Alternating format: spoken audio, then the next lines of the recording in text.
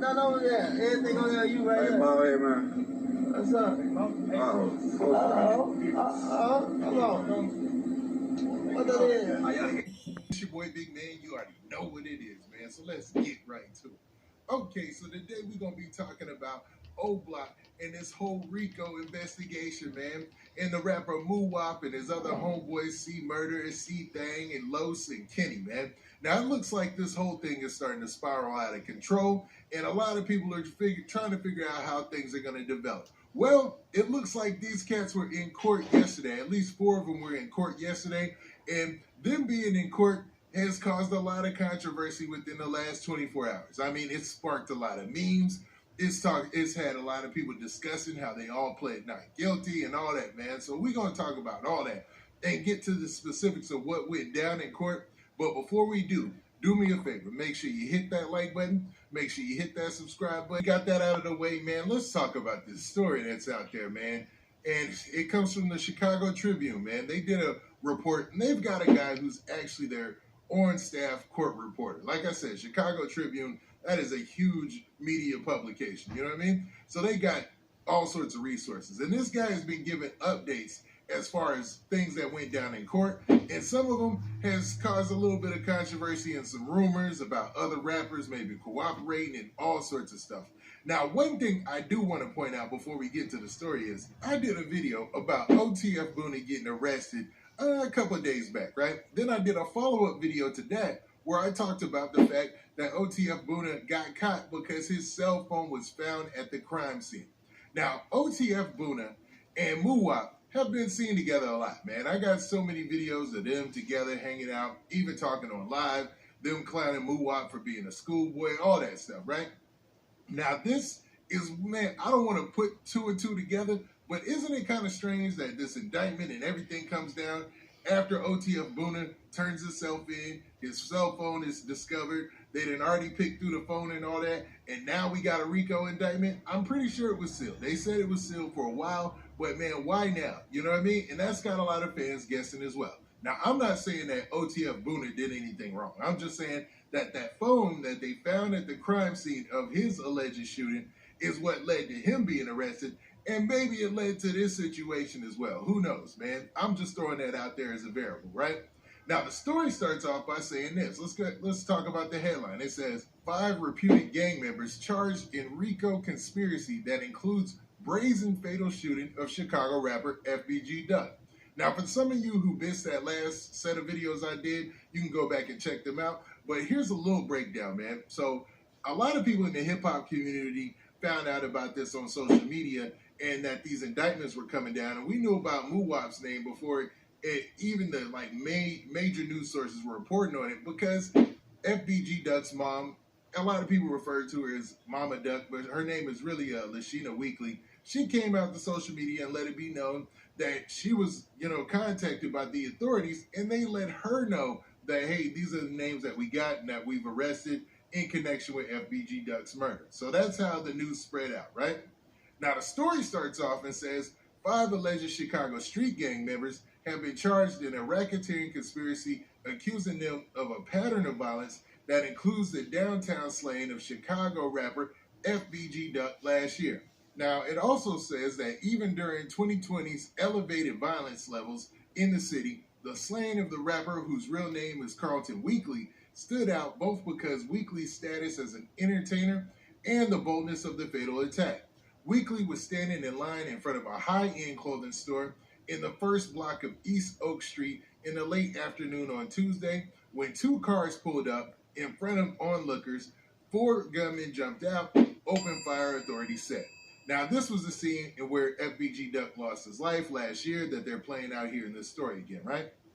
Now, the police at the time described Weekly, who was 26 years old at the time of his murder, as a member of the Gangster Disciples faction that was involved in a fierce feud with the Black Disciples on the South Side. Now, we've seen this play out in hip-hop a lot over the past year and a half, or at least even before that. Like, I'm talking about, we can go back to even the Chief Keef days, like we're talking 2012 or whatever, and this is played out over social media and played out in music since then. It's been a long time, man, to be real.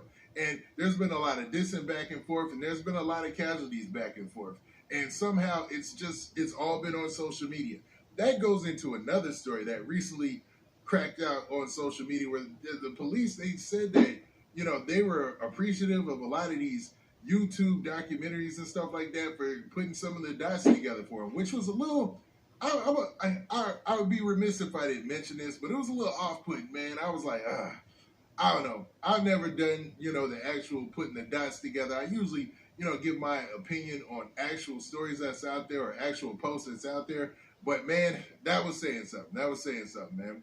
Now, the 11-page indictment that was unsealed on Wednesday alleged that those charged as members of Oblock gang, a violent faction of the Black Disciples that has publicly claimed responsibility for acts of violence and used social media and music to increase their criminal enterprise. Now, it goes without saying that social media has played a huge part in the advancement and development of hip-hop. It's definitely helped propel drill out there. It helps fans and, you know, their artists to connect. A lot of the Chicago artists, especially in the drill movement, they had more followers at one time than most of the mainstream artists. And I'm talking about real followers. I'm talking about engaging followers who every time they jump on live are in the comments saying things, be it positive or negative. And even with that publicity, and even though there's a positive aspect to that, it looks like, man, playing into social media too much when you allegedly got a whole nother life going on is a bad thing and will never add up to anything good. Now, most of those people who were charged were arrested early Wednesday in the area controlled by the gang, authorities said. So they're talking about the Oblock area, and this area has become super famous because of Chief Keef and King Von. I mean, King Von had an Oblock chain that he put on his album, and then you had Chief Keef who had songs and always referenced Oblock. So a lot of people who are familiar with Chicago drill artists and drill rap, they knew there was potential for rap artists from that area to be involved, and it happened to be Muwop and other cats from Oblock that were closely tied to King Von. So, man, and that's where we are today. Now, the story continues by saying this. The indictment marked the latest instance of gang violence linked to rap music in Chicago.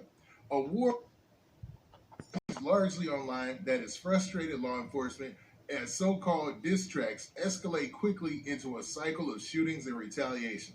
And that's one point that I've seen several rappers make, and I believe Ruger made this point in an interview that he did with Vlad recently, where he said social media made things worse. You would think, you know, with the fame and stuff and people's numbers going up, because I mean, if you look, I guarantee you, there's a Chicago drill rapper or a drill rapper maybe from New York, you don't even know their name, and they've got millions, 500,000, you know, it's crazy, you know what I mean? Now, with that, has brought a lot of attention on what's going on as far as the streets, you know, outside of hip hop. And that's, like I said before, those two things don't correlate, right? Now, after Weekly was killed, now that's FBG Duck, police went on an alert citing ongoing threats being made between the groups. Weekly, under his FBG Duck moniker, had made his own video prior to his death, mocking rivals who had lost their lives, police had said. So they're talking about the video that he made prior to him dying. And that was for the song Dead, you already know. But nobody ever references the song that he did, which was kind of almost like a peace offering. Not saying it was, man, so don't take this out of context. Called Chicago's Legends. You know what I mean? So that it came out, like, not too far away, man. Like, it came out in December of 2019. And then, you know, the other track came out in July, a month prior to him being shot. So I know a lot of people connect those two, but nobody talks about the other song that might have been a little bit more positive. You could take a more positive take from. Now, among those insulted in the video that he did drop prior to him dying was O.D. Perry, Oblock faction. Weekly belonged to the Tuckerville faction of rival gangster disciples, named for a young man killed in the same conflict not long before Perry, according to police. Because, you know, they have this thing where they name the block after one of their homeboys who have passed away, which is kind of showing, you know, some respect to him. And, you know, I kind of get that, man. You know what I mean? But, you know, that's one of the names that he named in that song, and they're trying to connect the dots there. Now, the story also says that at a news conference at FBI headquarters on Wednesday, investigators did not offer a specific motive for the brazen attack on Weekly. Now, this was a whole show. With this whole indictment, the arrest, everything, they were trying to make a statement because they had a dude out there on the podium. They had people out there trying to talk about this situation, about the arrest. It was like a big show. I'll tell you that much.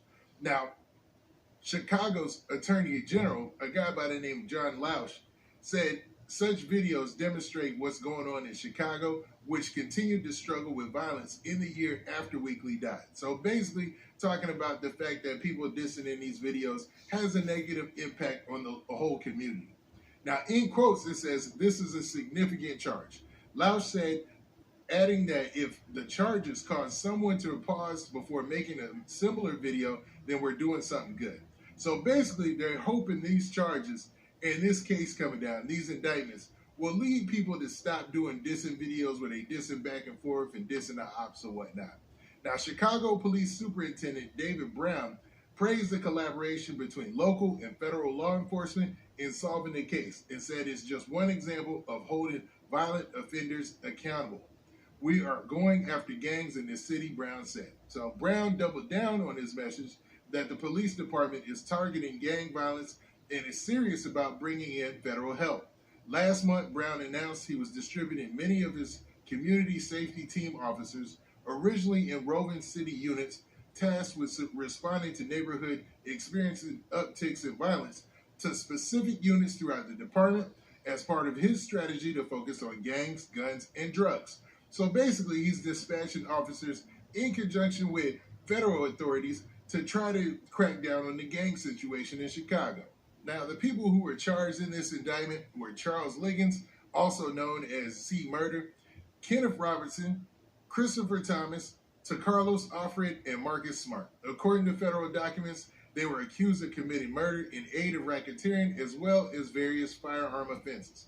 The charges carry a mandatory minimum of life in prison upon conviction, and prosecutors could seek the death penalty. Now, I saw a video where they reached out to FBG Duck's mom, and it sounded like she didn't want them to press for the death penalty, but I don't think that's her call in this situation. I know a lot of people were sending that video around, but it looks like that's on the table. Now, Liggins is 30 years old, Alfred 30 years old, Thomas 23 years old, and Smart 22 years old were arrested Wednesday morning and apprehended via telephone at the Dickerson U.S. Courthouse, where they entered not guilty pleas through their attorneys. So everybody who went to court yesterday, that's pretty much half the roster, man, including Muwop, they all entered a not guilty plea, man. Now, as what they did for a living, Liggins told the judges he was working at a corner bakery in Popeye's Chicken. So this started a whole thing of memes on social media, man, because the next person, Smart, which is Muwop, said he's a church janitor, and Alfred, a Finnegar High School grad, said he was a dishwasher. So everybody who saw this on social media, they went to making like all sorts of memes. I seen some Muwop memes where people showed him with a mop or whatever, because, people didn't associate Muwop with being a janitor. There is nothing wrong with being a church janitor. That's a very good job. Anything like that. Hospitality services is important, right? And, cleanup services and janitorial services and whatnot, right? But it sounded like he was making it up on the fly to a lot of people. Now, I'm not saying he was, but, man, it had a lot of people laughing. I'll say that much. Now, everybody is expected to be back in court this Friday for a detention hearing, except for, I believe, Muwop and two other guys. So it looks like, man, one of the guys, he's already been locked up for another charge. He caught another case, so he's waiting his turn to even see the federal judge. So it looks like there's going to be more updates about this story in the future, and they're starting to dig in on other things that have happened in the past in this story. They're even taking it back to as far as the little JoJo Chief Keef situation, and man, it's not looking good, man, because these guys are looking at federal charges and federal time, man. So that could go anywhere depending on where this case goes. Now, I know they're scratching their head trying to figure out how somebody ran up on them or how they were involved in this, or even if there was a chance that how did they get caught up in this. But, man, at this time, we don't know. As more information comes out, like the discovery and all that stuff, we'll start to realize how this got put together. And at this time, I'm not going to substantiate any of those rumors that's out there because they're wild, man. They're involving a lot of other rappers. Now, with that, this has been your boy Big Man. What do you guys think about this situation with Muwop and all the rest of the guys so far, man. Do you think that they have a chance of beating this case, or will we even know that until later on in the court case? You know what I mean? Now, with that, this has been your boy Big Man. Do me a favor.